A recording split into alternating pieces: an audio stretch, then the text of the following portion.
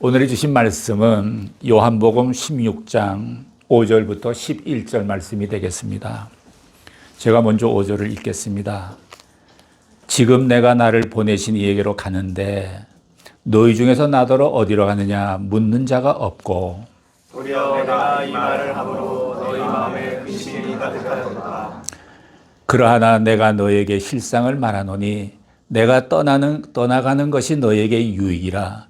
내가 떠나가지 아니하면 보혜사가 너에게로 오시지 아니할 것이요 가면 내가 그를 너에게로 보내리니 그가 와서 죄에 대하여 의에 대하여 심판에 대하여 세상을 책망하시리라.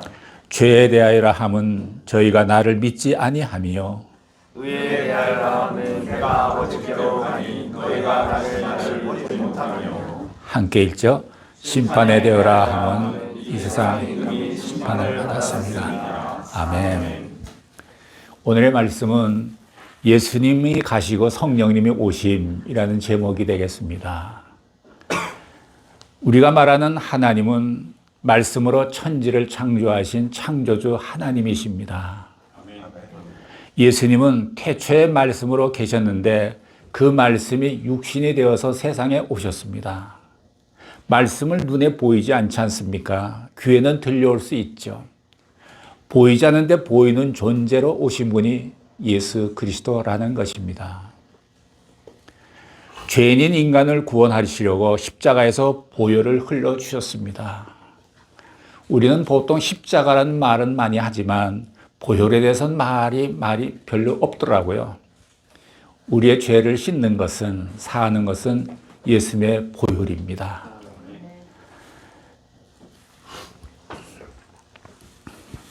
그리고 성령님은 모든 것에 운행하시면서 하나님의 뜻대로 이루어지도록 일하십니다.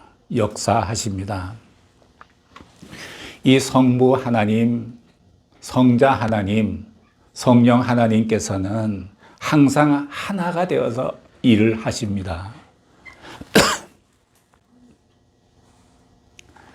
그래서 이 표현을 신학적으로 삼위일체 하나님이라고 말하죠. 우리가 믿는 하나님은 단수형이 아니고 복수형입니다.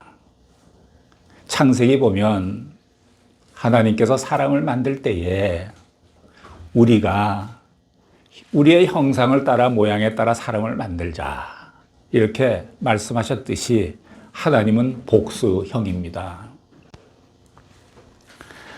그러면 우리 인생은 어떻습니까? 인생에는 세 가지 본질적인 질문이 있습니다. 첫째는 인생은 어디서부터 왔는가 하는 기원의 문제가 되겠습니다. 두 번째는 왜 사는가? 존재 의미에 관한 문제가 되겠습니다. 세 번째는 누구나 다 죽게 돼 있는데 죽으면 어디로 가느냐?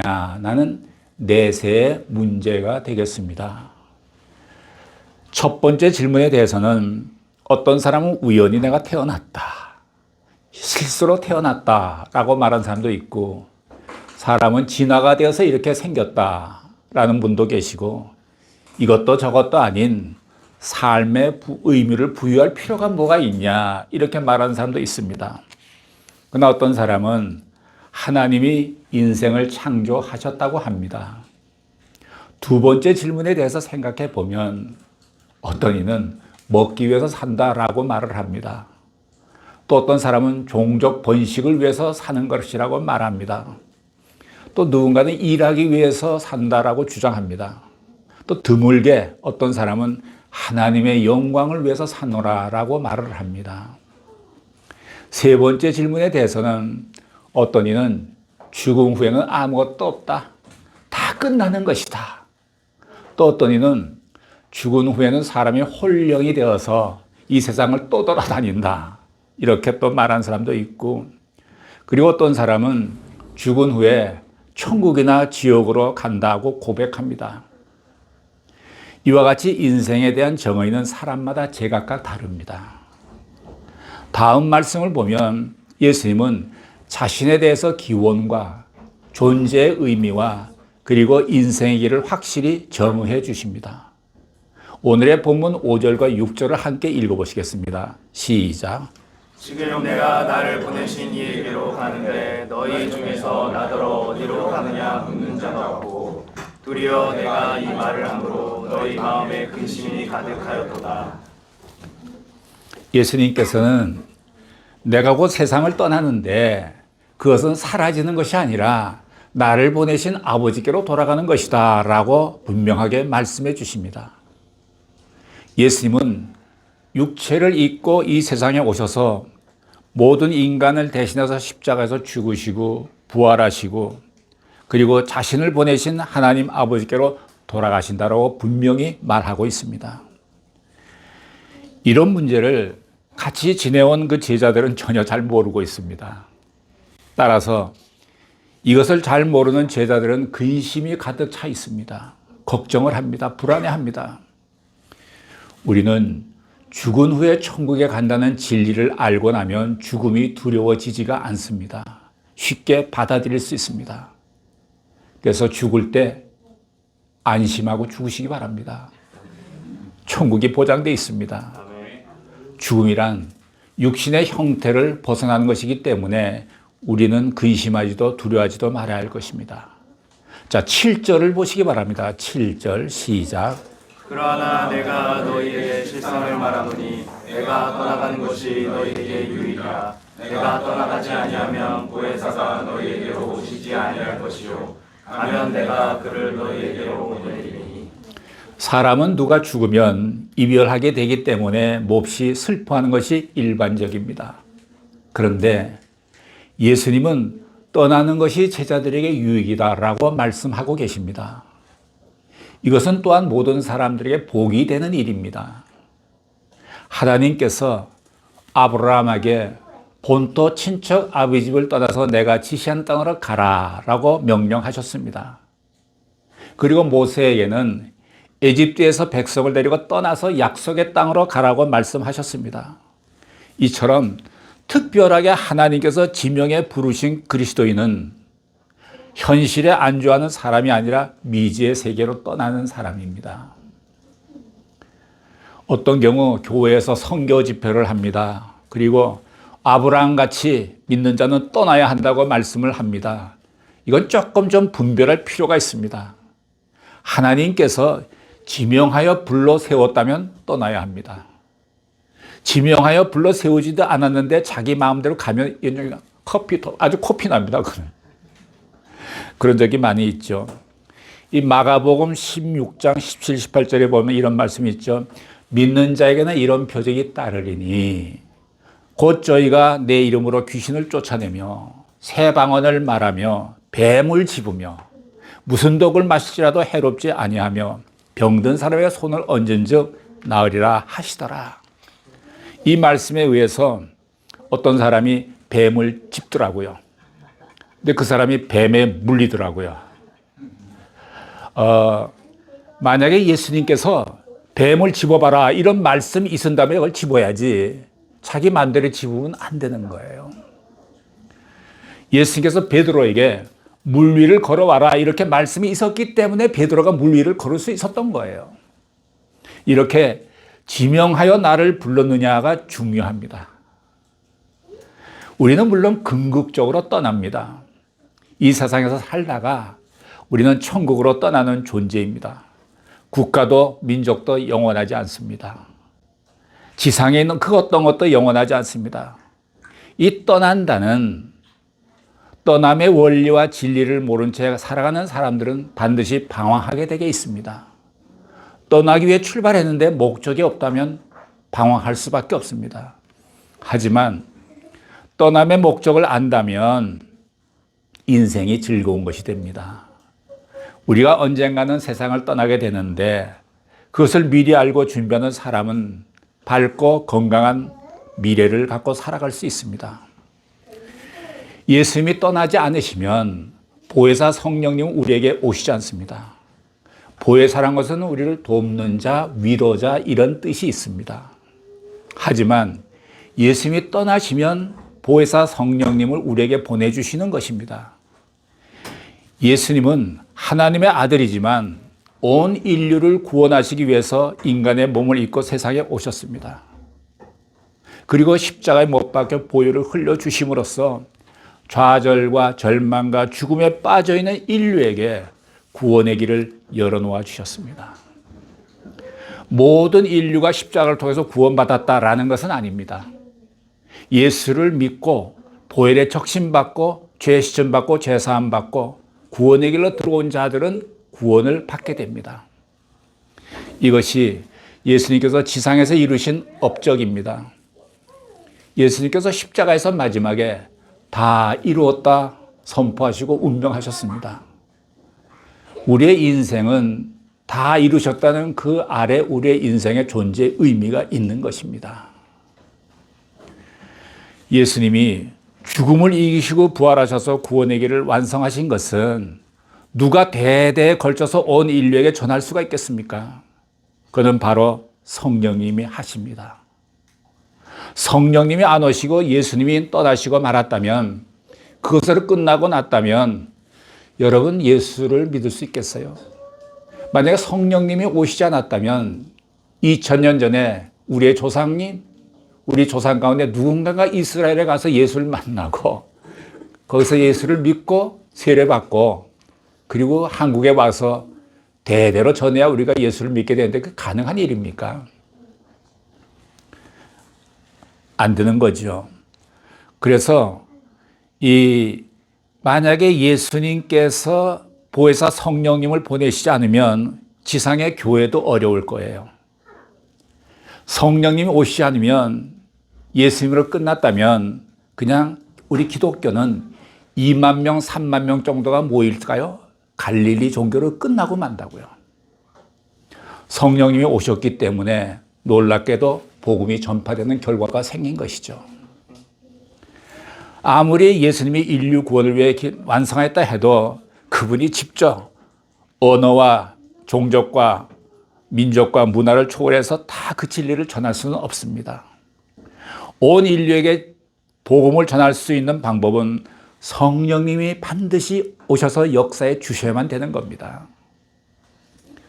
그분만이 시간과 공간을 초월해서 세대를 걸쳐 내려온 모든 인류에게 복음을 전할 수 있는 것입니다. 그래서 예수님은 떠나셔야 합니다. 그래야 아버지께서 성령을 보내주시게 됩니다. 성령님이 세상에 오셔야 모든 세대의 인류가 성령의 음성으로 복음을 들을 수 있는 것입니다. 놀라운 일이죠. 그래서 예수님이 떠나가시는 것이 슬픈 일이거나 손해보는 일이 아닙니다. 모든 사람에게 복음을 전하게 되는 복된 일입니다. 성령님이 오셔야 지상에 교회를 세울 수 있었는데 예수님의 요청으로 아버지께서 오순절에 성령님을 보내주신 것입니다. 그러면 성령님께서 세상에 오셔서 하시는 일에 대해서 알아보죠. 8절을 보시기 바랍니다. 8절 시작. 그가 와서 죄에 대하여 의에 대하여 심판에 대하여 세상을 책망하시리라. 우리가 이 말씀을 잘 깨닫기 위해서 책망의 뜻을 충분히 이해할 필요가 있습니다. 책망이란 단순히 잘못을 지적하거나 꾸짖는 것을 의미하지 않습니다. 진실을 알 때까지 사람의 마음을 계속 두드리고 움직이며 흔든다는 의미를 포함하고 있습니다. 성령님이 세상에 오셔서 우리에게 진리를 알도록 깊이 역사하신다는 뜻입니다. 이 책망은 권세가 있는 뜻입니다. 권세가 있는 말입니다. 분명한 증거, 정확한 판단, 영적이고 초자연적인 감수성과 통찰력을 가진 것을 의미합니다. 우리가 예수를 믿을 때 성령님께서 죄에 대해서, 의에 대해서, 심판에 대해서 진리를 알 수 있도록 때로 고행을 통해서, 때로는 격려하시면서 지속적으로 깨닫게 하신다는 것입니다. 좀 더 자세히 살펴보면 첫째, 성령님은 죄에 대해서 책망하시고 깨닫게 해주십니다. 인간은 본질적으로 죄인이라는 사실을 잘 인정하지 않습니다. 처음에 교회 갔는데 목사님이 여러 번 다 죄인입니다 할 때 기분이 좀 나쁘더라고요. 나만 빼놓고 그럴지 몰라 이런 거만한 마음도 있었죠. 하지만 성령님이 오셔서 지은 죄를 떠올리게 하시고 죄의 문제를 해결하고자 합니다. 오래전에 한번 말씀드린 일이 있는데 어느 날 제가 기도를 하는데 성령님께서 옛날에 지은 죄를 생각나게 해주셔요.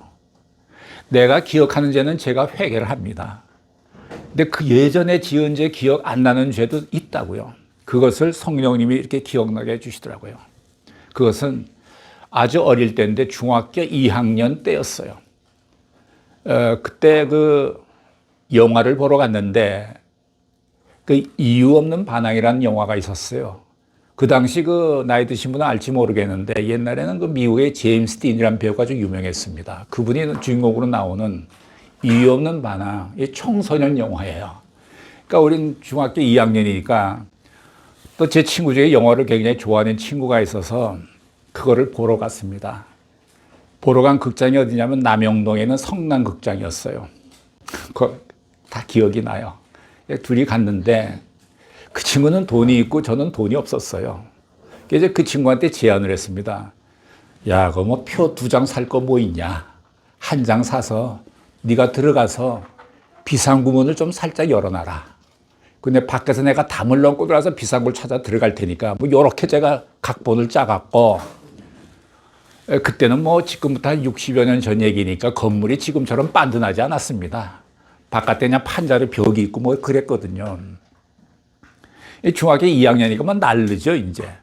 그래서 제가 그 문을 넘어 들어가고 마당이 있더라고요. 그래서 보니까 저 비상구가 보이는데 거기 내 친구 얼굴이 보이더라고요.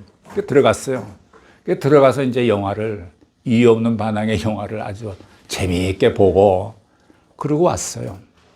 뭐 아무 죄의식도 없어요. 죄의식도 없고 그냥 오늘 즐겁게 재미있게 봤다 이것만 생각나요. 그리고 세월이 흐른 거예요. 근데 그게 무려 한 40년, 50년 가까이 지나서 기도하는데 성령님이 그 죄를 딱 떠오르게 하시는 거예요. 그렇지. 내가 그때 그랬지. 제가 뭐 불량 학생은 아니었습니다. 그런 일이 있었어요. 그래서 제가 이제 회개를 했죠, 열심히. 이 회개를 했어요. 하나님이 나를 용서하신 것 같아. 근데 이 문제는 인간적인 관계에 문제가 남은 거예요.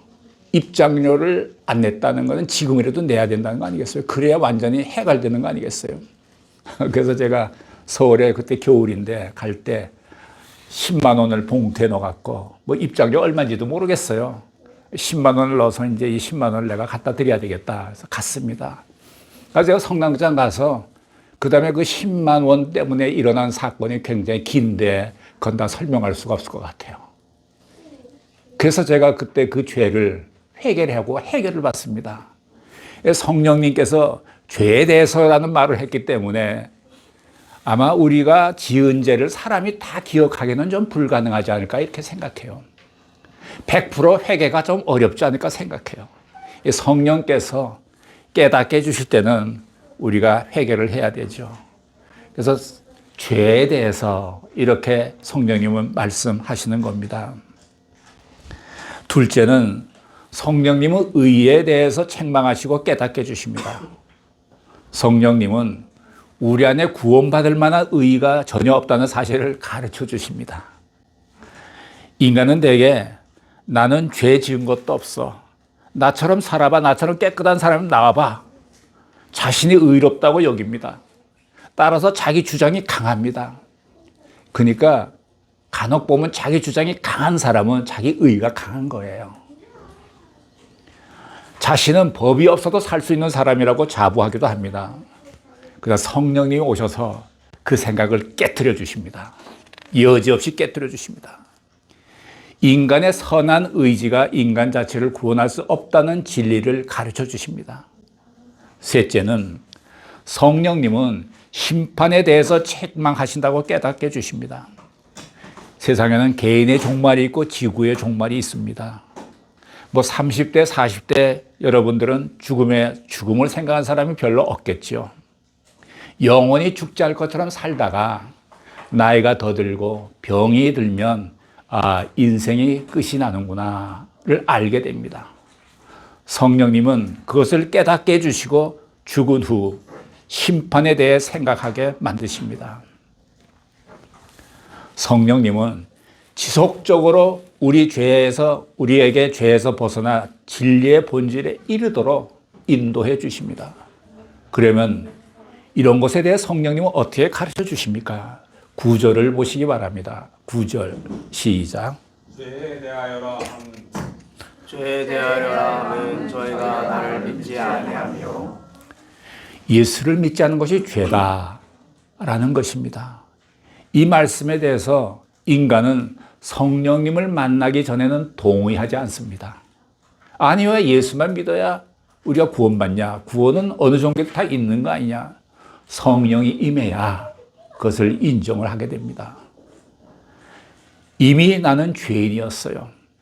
그런데 예수를 믿어서 그 죄가 사여졌어요. 아브라함이 아브라함으로 변하는 것처럼, 야곱이 이스라엘로 변한 것처럼 우리는 죄인이었는데 죄인이 의인으로 변했다는 겁니다. 우리가 로마서를 보면 예수를 믿는 자에게 하나님은 너는 의롭다라고 말씀해 주시지 않았습니까? 그 의가 뭡니까? 그 의는 올바른 행동이 아니라 올바른 신앙을 말합니다.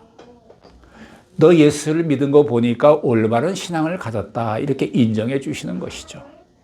또 하나님의 의는 좀 달라요. 완벽한 거룩이에요. 하나님의 의는. 그래요. 우리는 예수를 믿지 않으면 그냥 죄 지은 죄인으로 존재하는 것 아니겠어요?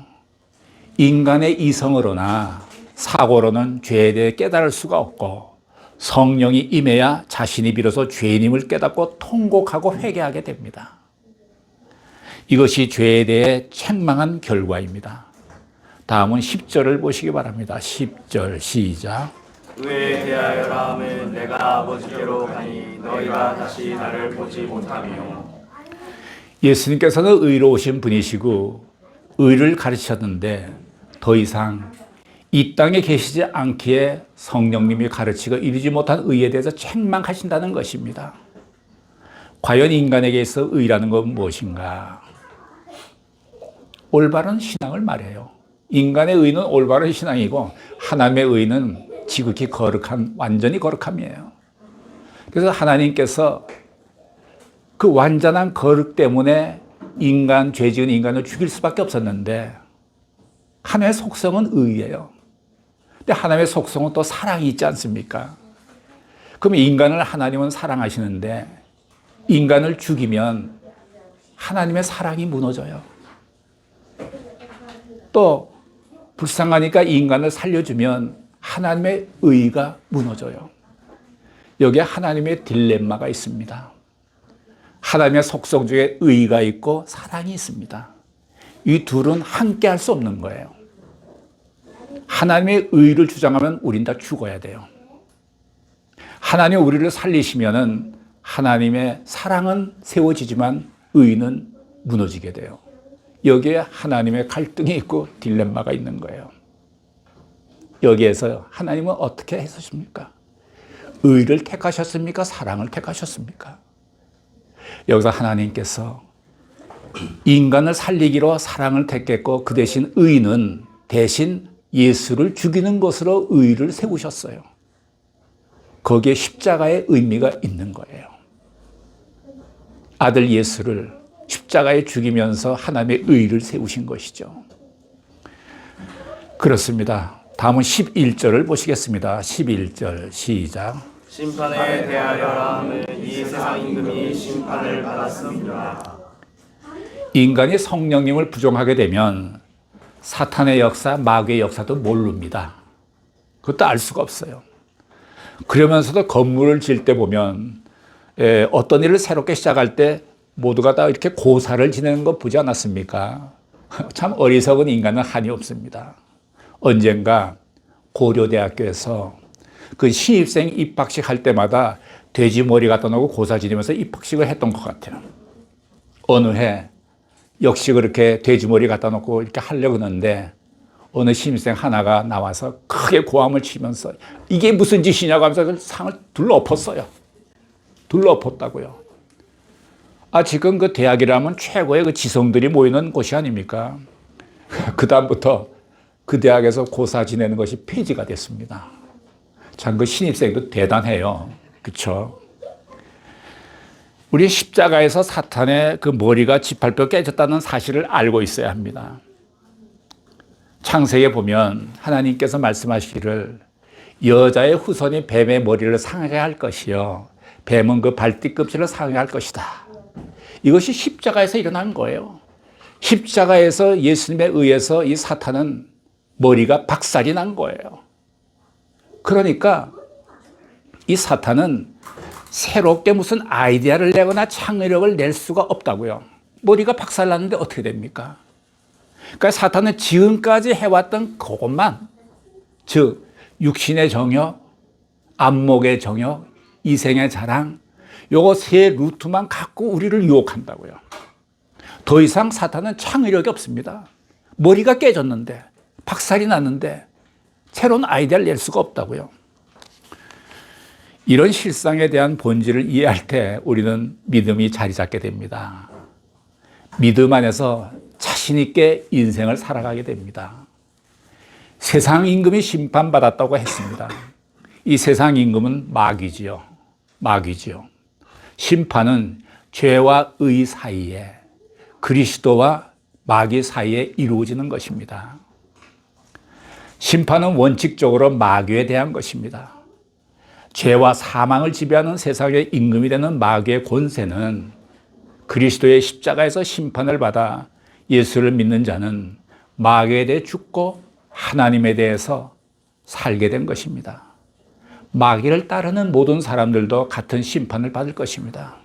그러면 예수를 믿고 구원받은 자들이 받는 심판은 무엇입니까?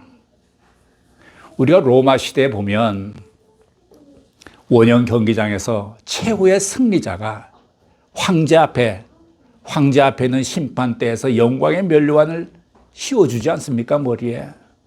바로 그런 모습이 장차 우리가 받는 것이 된다고요. 우리가 받는 게 돼요. 성령님과 밀착해서 여러분 성령님과 동행하시고 평생을 성령님과 함께 호흡을 하세요.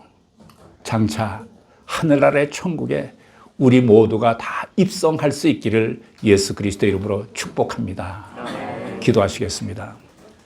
사랑하시는 하나님 아버지, 우리 모두 험한 세상 속에서 살고 있지만 성령 충만을 경험하며 세상을 넉넉히 이기며 천국을 소망하며 바라보며 살아가는 우리 모두가 되게 하여 주시옵소서.